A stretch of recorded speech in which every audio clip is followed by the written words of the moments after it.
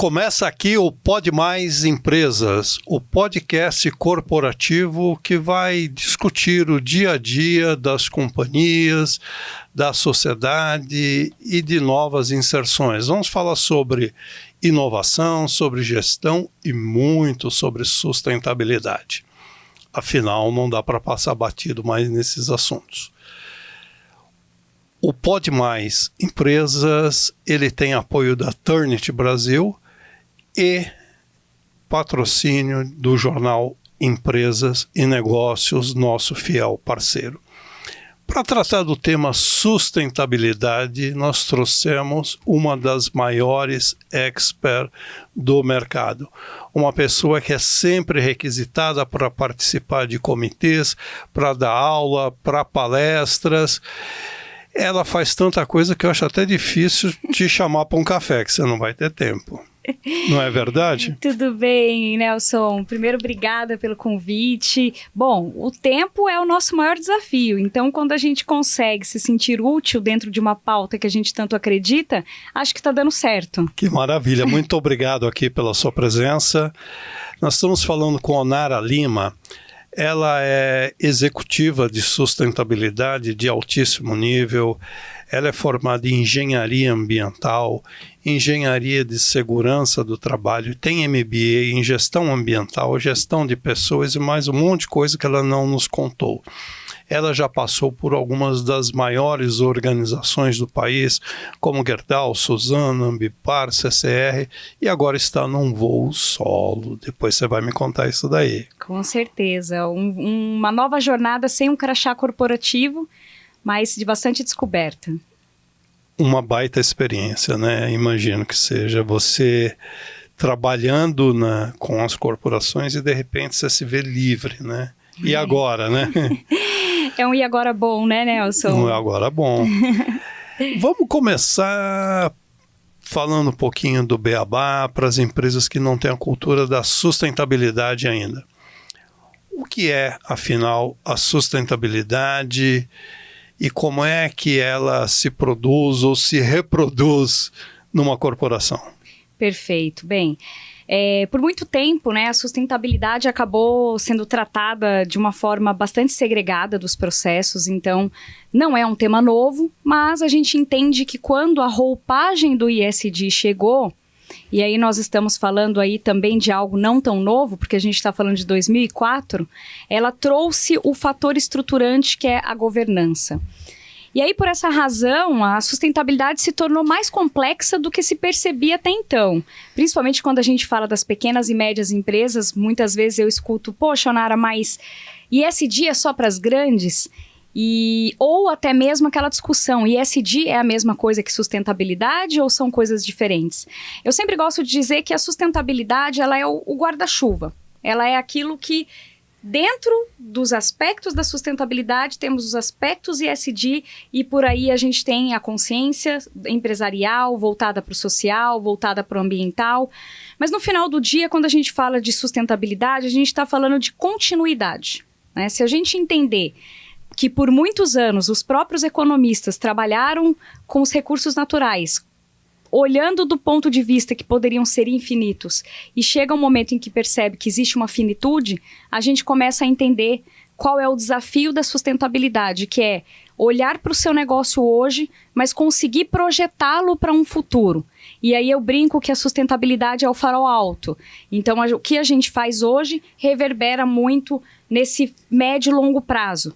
Agora, um ponto importante é que, mesmo a sustentabilidade sendo algo que mira numa perenidade, ela não é em detrimento do hoje.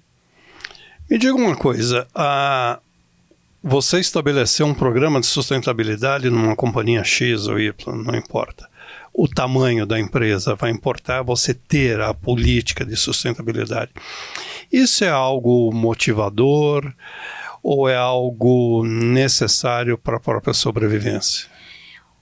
Eu vejo como necessário. O primeiro gatilho é a necessidade. Tanto que a gente percebe que as empresas têm um engajamento a partir do momento que ela percebe que aquilo é necessário ou que aquilo gera algum tipo de valor E na pior das hipóteses, ela percebe que aquilo pode oferecer algum tipo de risco para o negócio dela. Então, tem esses gatilhos para a sustentabilidade. O que a gente pode observar é um movimento da nova geração trazendo a sustentabilidade com um olhar muito mais do engajamento por acreditar em tudo que a sustentabilidade traz como pilares e como motivadores. E o tal do propósito, né? Que eu sou meio chata de falar de propósito. Eu brinco que para a gente falar de propósito, a gente tem que fazer uma jornada muito consistente, né? Porque o propósito, ele é ali a cereja do bolo. Quando a gente entende que existe uma série de questões que precisam pavimentar até que a gente chegue nesse tão desejado e almejado propósito, é justamente a jornada, porque sustentabilidade é sobre jornada. Então, eu ainda digo que é uma jornada sem linha de chegada. A gente começa... A jornada permanente. Permanente. Né? E mais do que isso, né? Ela tem que ser consistente. Então, por muitas vezes, o que a gente percebe é uma ansiedade das empresas para falarem que estão fazendo sustentabilidade, e dessa forma, eles têm projetos pontuais. E a sustentabilidade não pode ser de projetos pontuais. Ela tem que ter consistência e continuidade. Para a gente organizar o pensamento um pouquinho, vamos imaginar que a sustentabilidade ela seja transversal ou que ela deva necessariamente ter uma área desenvolvida para isso. Qual é o modelo que você entende que é o mais efetivo? Olha, Nelson, essa palavra da transversalidade, ela é muito bonita no discurso e muito desafiadora na prática. Extremamente. Extremamente. O que eu vejo como profissional aí há mais de 20 anos e passando realmente por empresas de diversos tamanhos e segmentos, o que eu vejo é que se nós queremos trazer de fato a transversalidade para a prática, a gente precisa primeiro deixar de segregar como uma área e um departamento dentro da empresa. Cada profissional, cada gestor, cada liderança precisa se apropriar do que é esses aspectos ESG dentro do seu processo. Vou dar um exemplo muito simples quando a gente fala do S, né, do ESG. O S ele tem 2 pontos de atuação. Quando a gente fala do portão para dentro, onde a gente cuida das pessoas, né, da gestão ali do capital humano, e quando a gente fala da licença social para operar. Que daí a gente está falando do entorno, que tipo de impacto eu gero, como eu gerencio esse impacto, como eu compreendo essa minha interferência nesse meio qual eu estou inserido. No caso do ESG já é um modelo mais avançado para quem já tem uma sustentabilidade assentada, né? Para quem já tem a governança, já vai consolidando o processo de governança. Porque só através dessa governança, né, os que a gente consegue mensurar e responder os anseios do mercado. Então, muitas vezes as pessoas falam, pô, Nara, mas eu já faço sustentabilidade, eu já faço ESG. Porém, eles não têm nenhuma ferramenta, nenhuma governança que seja capaz de mensurar o que é feito. E se a gente não mensura, a gente não consegue contar uma história para o mercado. E o mercado precisa de uma narrativa, o mercado precisa de dados, precisa de números. Então, eu sempre digo que o primeiro ponto é você fazer um diagnóstico. Como é que você identifica os indicadores ou você cria os indicadores? Exatamente. Então, para que a gente tenha esse cenário, e eu falo que a fotografia da sustentabilidade é diferente da construção do filme. Então, a fotografia é aquilo que a gente faz um diagnóstico, entende o momento, qual a maturidade da empresa nesses 3 pilares, que é como o mercado entende hoje a sustentabilidade, especialmente o mercado financeiro. E aí eu vou abrir um parêntese aqui, pessoal, olha lá, presta atenção nisso. O econômico financeiro não tem que ser segregado. Ele é parte, ele é consolidador do ESG. Em todos os aspectos, no social, no ambiental e, óbvio, na governança, nós estamos falando de econômico-financeiro. Porque quando a gente segrega esse econômico-financeiro, fica parecendo que é uma coisa descolada. O ESG está aqui, o econômico-financeiro está aqui. E não Pois é, isso daí é um negócio difícil, né, de você lidar com essa situação. Mas como o mercado financeiro mesmo, quem trouxe os aspectos, né, da sustentabilidade pautado nesses pilares do ESG, é uma tradução que já deveria ser intrínseca, né? Se eu estou falando de ESG, estou falando para o mercado financeiro. É uma governança corporativa sobre os aspectos socioambientais. E isso trouxe aquele olhar de como esses aspectos impactam eventualmente no meu investimento. E como isso pode até se tornar um fator de competitividade. Eu sempre falo assim, se você faz a sustentabilidade de forma antecipada, ele pode ser um fator competitivo. Se você faz para responder uma demanda de mercado, você está se adequando a uma demanda que já chegou. Então é uma escolha, né? E muitas vezes as pessoas falam, mas custa, Onara, fazer sustentabilidade. Mas nem sempre é bom ser reativo, né?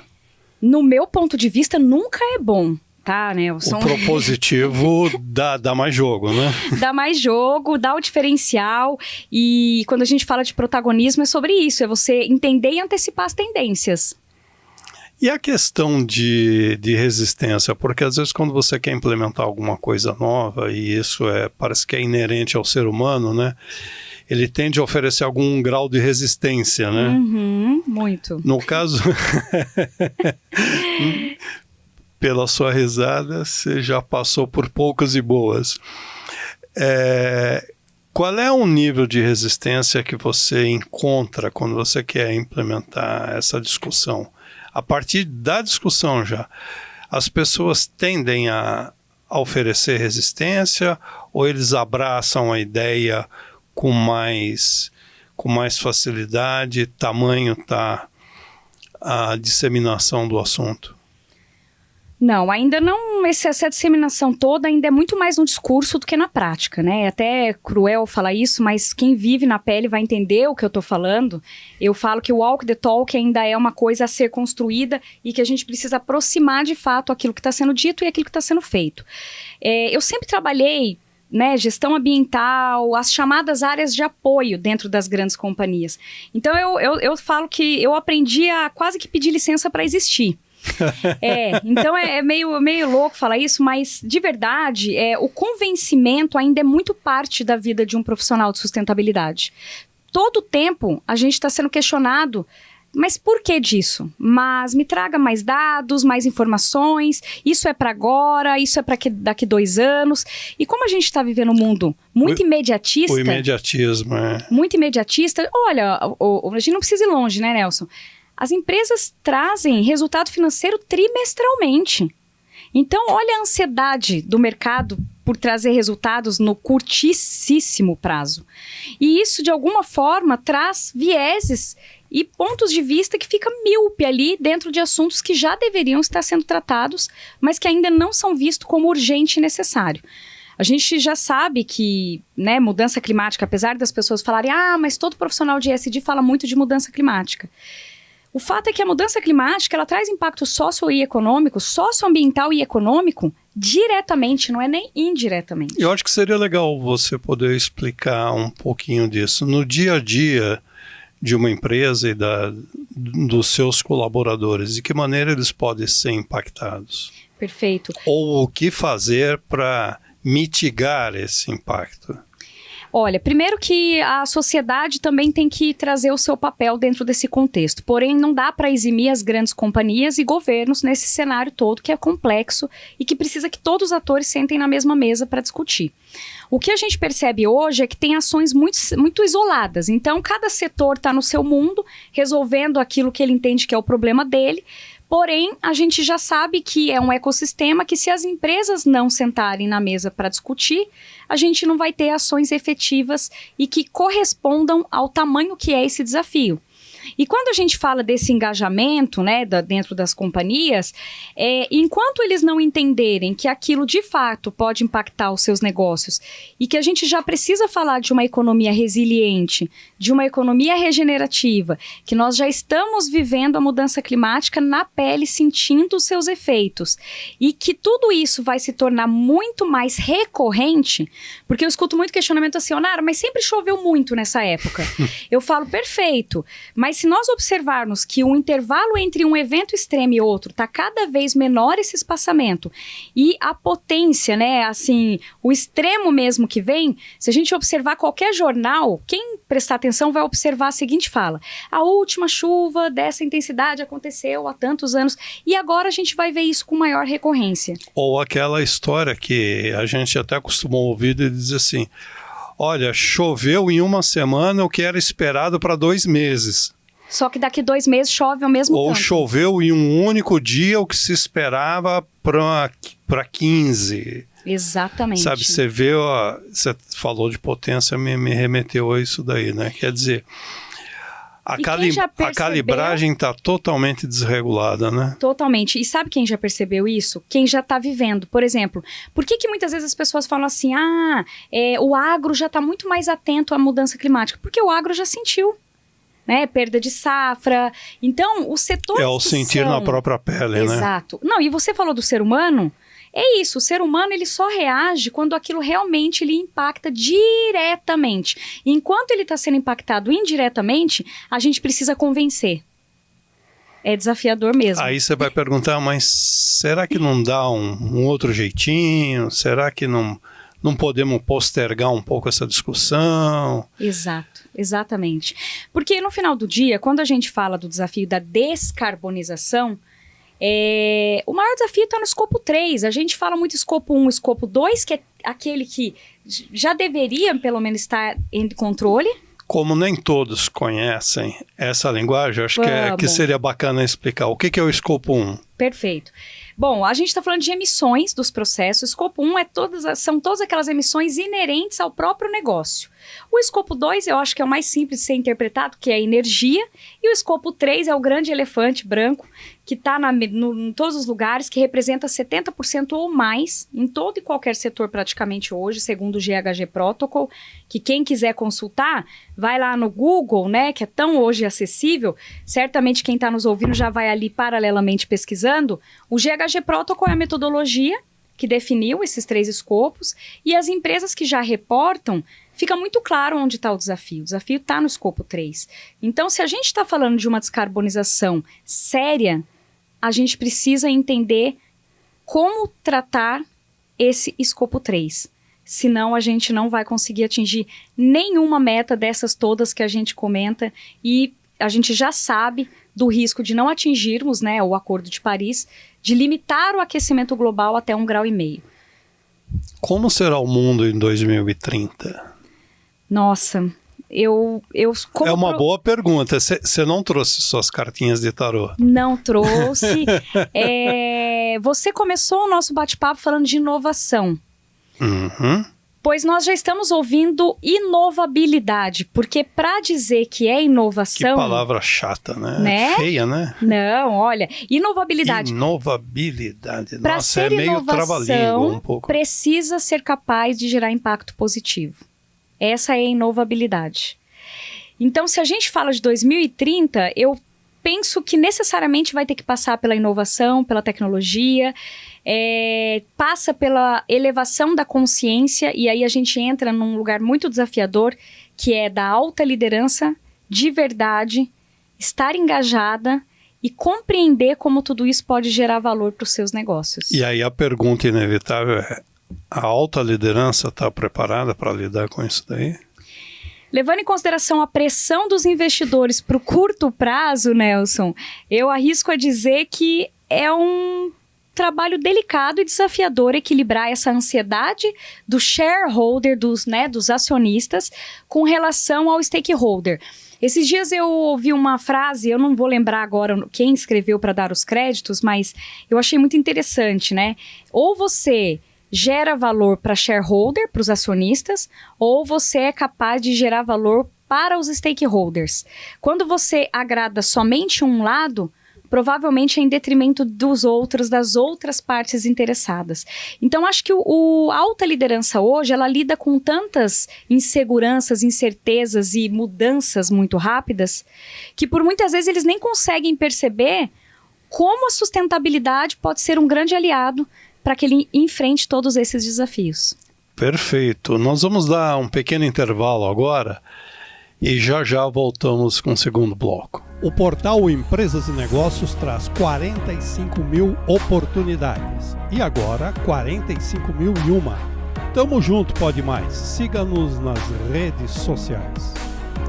E voltamos ao segundo bloco do programa de hoje, abordando a questão da sustentabilidade com a engenheira e professora Onara Lima, uma das pessoas mais incríveis no quesito competência e simpatia. Obrigado de novo pelas explicações.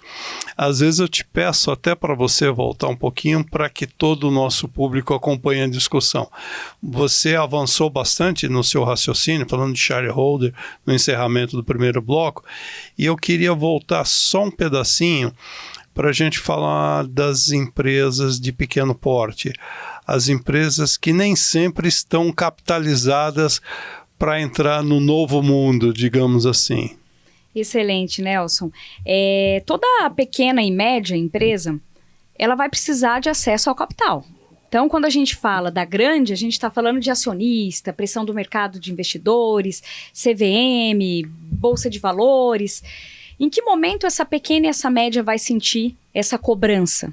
Ela vai sentir a partir do momento em que o mercado está pressionando para essa cadeia de valor. E aí eu arrisco a dizer, sem medo de errar, que todo pequeno e médio estão conectados a uma grande companhia que tem que seguir todos esses frameworks, todas essas exigências de mercado, e a pressão vai ficar cada vez maior nestas grandes companhias. Quem já ofereceu serviços, seja em que nível for, para as grandes companhias, já passou por isso, né? Já, famoso checklist. Você tem que preencher tais condições, fora disso... Exato. E o checklist, né, o check the box agora, também está cada vez mais presente quando uma empresa pede o acesso ao capital. E como é que uma empresa se capitaliza sem necessariamente abrir o capital? Tem uma fase intermediária aí? Exatamente. Bom, hoje em dia a gente vê várias formas de se capitalizar.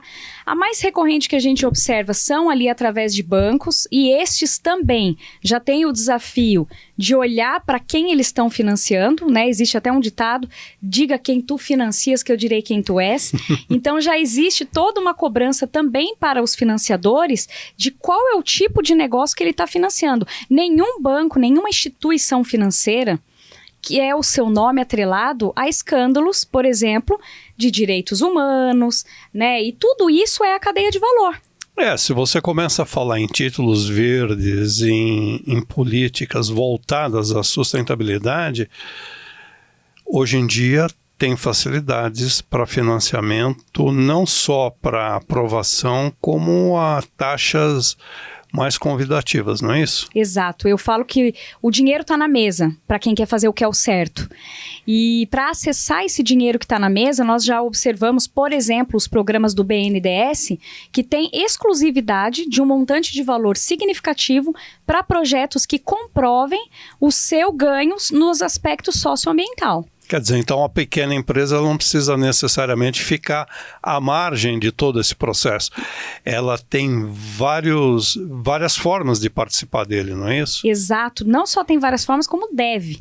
Então, assim, esse acesso, ele está na mesa. Para sobrevivência e crescimento, né? Perfeito. Para sobrevivência, crescimento e competitividade. Porque se ele consegue um acesso com uma taxa menor, atrelada a metas aí dos aspectos socioambientais, você concorda que ele vai ter uma competitividade também interessante? Então, tudo está interligado. Agora, precisa tirar esse preconceito de que é difícil, de que é só para os grandes. Vou dar um exemplo muito simples. A B3 está trazendo agora uma exigência muito grande para a diversidade. A CVM endossou, então o assunto está escalando. Obviamente que esse assunto vai vir para a cadeia de valor. E aí eu sempre faço a pergunta, a diversidade custa? Então eu tento mostrar que o caminho tem que começar pelas coisas que são ali mais simples, porque existem muitas práticas dos aspectos socioambientais que são muito simples, que as empresas já fazem, até mesmo pelo ambiente regulatório, que o Brasil é um país bastante regulado, e que se eles conseguirem demonstrar isso, facilmente eles conseguem acessar esse valor que está na mesa disponível para quem está querendo fazer esse caminho, que eu entendo que é um caminho necessário, e é o caminho correto. A gente está falando de aspectos gerais de uma companhia se apresentar ao mercado para captar, para fazer isso, para fazer aquilo, desenvolver projetos, etc, etc. Como é que você demonstra a sua capacidade? Como é que você sintetiza uma apresentação? Um relatório de sustentabilidade é um documento eficiente para essa apresentação? Precisa ser. O que a gente observa hoje é que algumas empresas iniciam a sua jornada sem estruturar necessariamente nos indicadores que o mercado hoje utiliza. E eu entendo que é um primeiro passo muito necessário. A partir daí, a maturidade vai batendo, as exigências vão chegando. Então, quando você fala de indicadores que já são reconhecidos, uma linguagem mais conhecida do mercado, fica mais fácil de você contextualizar o que você está fazendo. Quando você está usando uma métrica, por exemplo, que não é reconhecida pelo mercado, você vai ter um esforço muito maior de demonstrar o que você está fazendo. Então, quando a gente fala desses indicadores... Isso vai impactar necessariamente na qualidade final do relatório? Impacta na qualidade final e, mais do que isso, impacta na credibilidade desse relatório. Então, por exemplo, quando a gente olha as empresas que já estão mais maduras, elas já comparam um ano com o outro, justamente para demonstrar para o mercado se ela está evoluindo. Então, se você, por exemplo, não tem a sua matriz de materialidade, aí não tem como a gente falar de relatório de sustentabilidade sem trazer a matriz de materialidade, que daí ela vai definir o que é aspecto relevante para o fundamento do seu negócio. Você não vai ficar cada ano escolhendo um indicador. Você define a sua materialidade, a não ser que você mude seu processo. Você define sua materialidade, define os seus indicadores e você vai trazendo essa metrificação para o mercado e você consegue contextualizar se você está evoluindo de um período para o outro, que isso é uma coisa que o mercado tem muita ansiedade. Entender como você está evoluindo, né? Então, essa continuação das métricas, elas são muito importantes. E os compromissos, né? Os compromissos também devem ser ali de forma muito transparente, compartilhado com as partes interessadas. Você investe em sustentabilidade, mas tem um retorno rápido também, né? Esse reconhecimento está sendo cada vez mais rápido.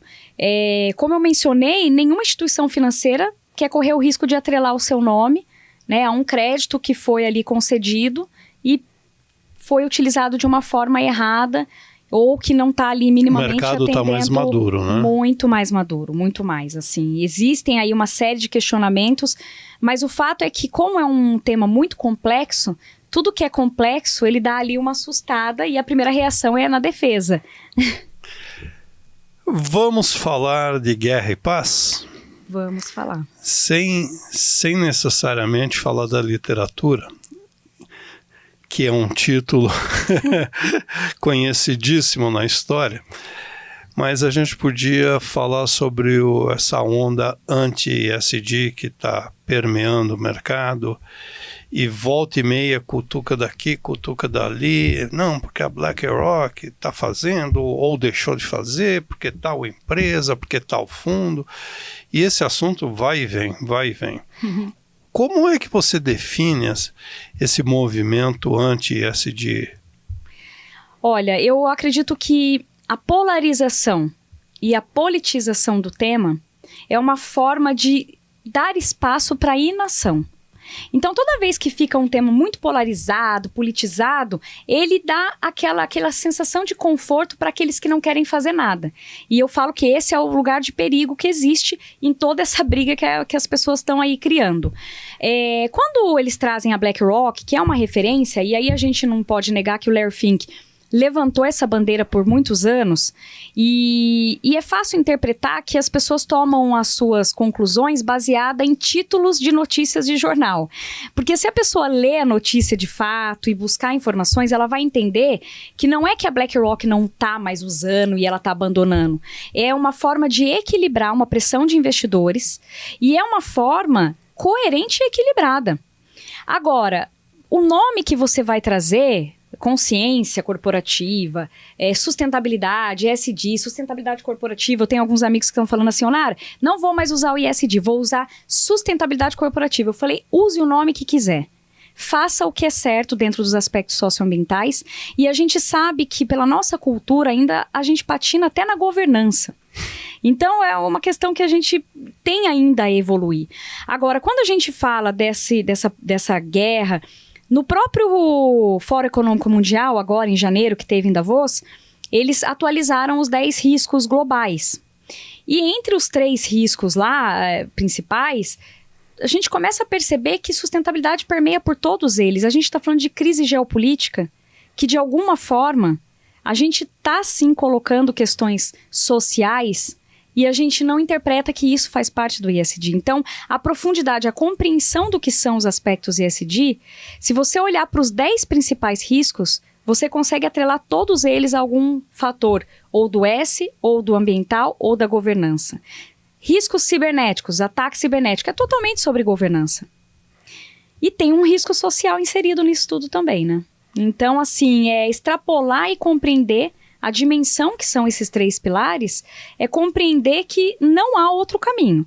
Agora, você precisa ter muita assertividade para quando você vai sentar numa mesa de decisão, você trazer a pauta da forma correta. Porque muitas vezes a gente perde a credibilidade por não saber trazer a pauta da forma correta. Ou às vezes até mesmo por desconhecer alguns fatores, né? Como, por exemplo, essa questão, hoje em dia o mundo está em guerra. E não são poucas, né? É como a gente estava conversando no intervalo. Tem 2 grandes aí e mais umas tranqueirinhas que aparecem sempre pelo caminho. E isso pode tomar uma dimensão maior. E por que Como é que você fundos... precifica isso? Como é que você interpreta isso? Como é que você leva para o seu investidor? Você diz, olha, o mundo está nessa posição, a realidade é essa e os nossos caminhos precisam ser repensados. Esse é um discurso que, se você trazer de uma forma aspiracional, ele não aterrissa numa sala de conselho, por exemplo. Eu estava com uma pessoa hoje de manhã e ele faz parte de vários conselhos e ele trouxe uma fala sobre a consciência, sobre o planeta. Eu falei, olha, você pode falar isso porque você é conselheiro, eu não posso. Se eu falar isso, eu sou quase que não deixa nem eu entrar na sala. Porque eles veem isso como um discurso muito aspiracional. E o fato é que, assim, a gente está lidando com muito mais incertezas do que certezas. Até a gente começa a observar alguns fundos que atrelavam, né, os seus investimentos aos aspectos ESG, dado o aumento, né, de crescimento aí da indústria bélica, né, a gente está falando de guerras, Sim. Eles começaram a entender, opa... Tá tendo muita oportunidade aqui, vai continuar, e muitos não querem abrir mão desse lucro, independente de ser uma indústria bélica. E dessa forma, o fundo já não pode mais atrelar os aspectos ESG aos seus investimentos. Então, as pessoas precisam entender que existe também muitos vieses e muitos interesses imediatistas. Direto e indiretamente, né? Porque você, no caso da Ucrânia, por exemplo, só para ficar neles. O que impactou do ponto de vista de alimentação foi uma coisa assim brutal, né? Crise alimentar é uma coisa que a gente já sabe que existe esse risco. Um outro aspecto que a gente tem que pensar é que se a gente está levando em consideração que nós somos um país que tem mais de 20% da biodiversidade do mundo, e as empresas já estão falando de biodiversidade. Tava mais na hora, de 12, né? Ainda mais para o Brasil, mais de 12% de água doce. E a gente é um país muito rico em terra e recursos naturais. Quando a gente fala de guerra, se algum lugar faltar, se houver a escassez, certamente eles vão olhar para algum lugar que tem abundância desses recursos. Então, a gente precisa entender como fazer a gestão do capital natural, sabe, Nelson? Porque eu vejo todo mundo, gestão do capital financeiro tá assim, né? O tempo todo. Mas gestão do capital natural, a gente está muito aquém, num país com todo esse potencial que eu acabei de mencionar. E numa realidade que a gente está vivendo hoje que não dá para escapar. Não dá para escapar. É uma discussão obrigatória, eu diria, né? E mais assim, no aspecto da responsabilidade que o país tem diante desse capital natural tão abundante, a gente entra naquilo que o que é potencial nem sempre se torna resultado e de fato é o que a gente observa muito no Brasil, né? O país do potencial, mas a gente precisa deixar de ser o país do potencial e realmente fazer uma governança, uma gestão que nos faça extrapolar essa barreira e gerar valor de fato. Ainda sobre o assunto guerra, que é um assunto que ele nem sempre é atrelado à discussão maior como você está fazendo agora, que eu acho que com muita propriedade. Dá pra gente, onde é que fica a ética nessa discussão? Já que você precisa falar para o teu investidor que o fundo vai ter maior rentabilidade, desde que, vírgula, né, você precisa necessariamente mudar alguns entendimentos e possivelmente até mesmo algumas ações, né? Você tendo uma carteira, o perfil da minha carteira era esse, agora eu estou tirando essas 3 ações e acrescentando aquelas 4. A ética e a integridade, eu arrisco a dizer que se ela estivesse tão latente como deveria, talvez a gente nem estava aqui falando de sustentabilidade. Isso já seria uma realidade em qualquer que fosse o negócio. Seria automático, né? Esse é o desafio, o comportamento humano. Eu sempre digo que o fator humano, ele é o vetor da mudança para o bem e para o mal.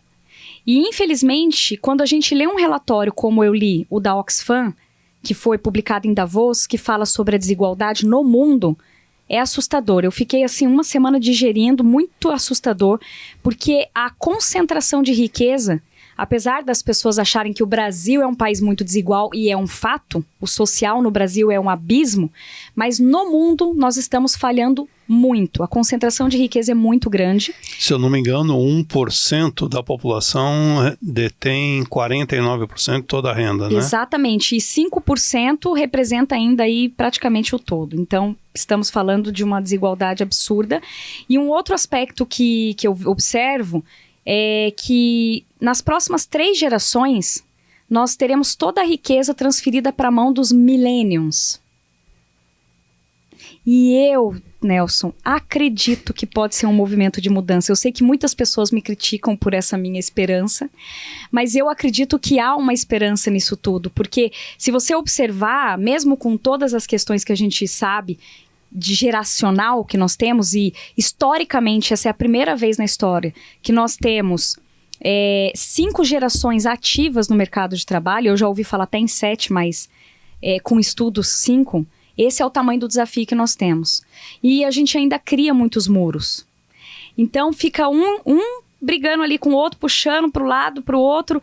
Então, quando a gente observa essa transferência de riqueza para uma geração que já vem muito mais pautada de tudo que a gente está falando aqui, dos aspectos socioambientais, se eles tiverem toda a dose de ética e integridade, pode ser que a gente caminhe aí para um lugar mais amistoso do que a gente está vendo agora. É um sonho ou é tendência? Eu diria que é um sonho que eu espero que vire tendência. E que venham com um pique maior, né? Essas próximas gerações com um olhar mais voltado à vida, né?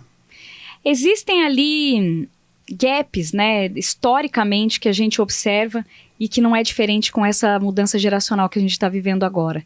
Mas eu acredito também que, assim como tem desafios, temos oportunidades. E o que esperar de 2025 se a gente tiver uma mudança no plano político no mundo?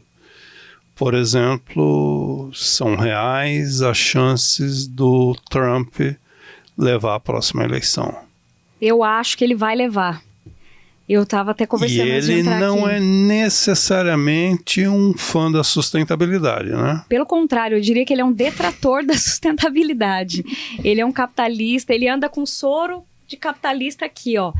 Mas eu acho que o mundo está muito articulado, sabe, Nelson? E se a gente observar até os movimentos da China, que por muitos anos, né, foi ali visto como um grande ameaçador no sentido de quanto que eles têm de emissão, quanto eles têm aí dessa própria questão de direitos humanos, que a gente nem precisa aprofundar muito, a China já está mudando a sua posição. Eu acredito que o mundo está evoluindo para um caminho em que uma única nação isoladamente não vai poder tomar decisões que sejam tão preocupantes, porque a economia americana, ela reverbera globalmente. Sem dúvida. Então tá bom, como vocês podem perceber, o assunto é longo, é muito rico, tem muitas nuances e vale bem a pena a gente retomar oportunamente. Estamos encerrando o podcast de hoje. Para a Onara, eu agradeço muito a sua participação. essa aula que você nos deu aqui, que vai encorajar e balizar a decisão de muitas empresas, eu espero. Obrigada, Nelson, pela oportunidade. E o que eu quero deixar aqui como provocação é que sustentabilidade é uma responsabilidade de todos nós. É isso aí. A vocês, muito obrigado e até a próxima.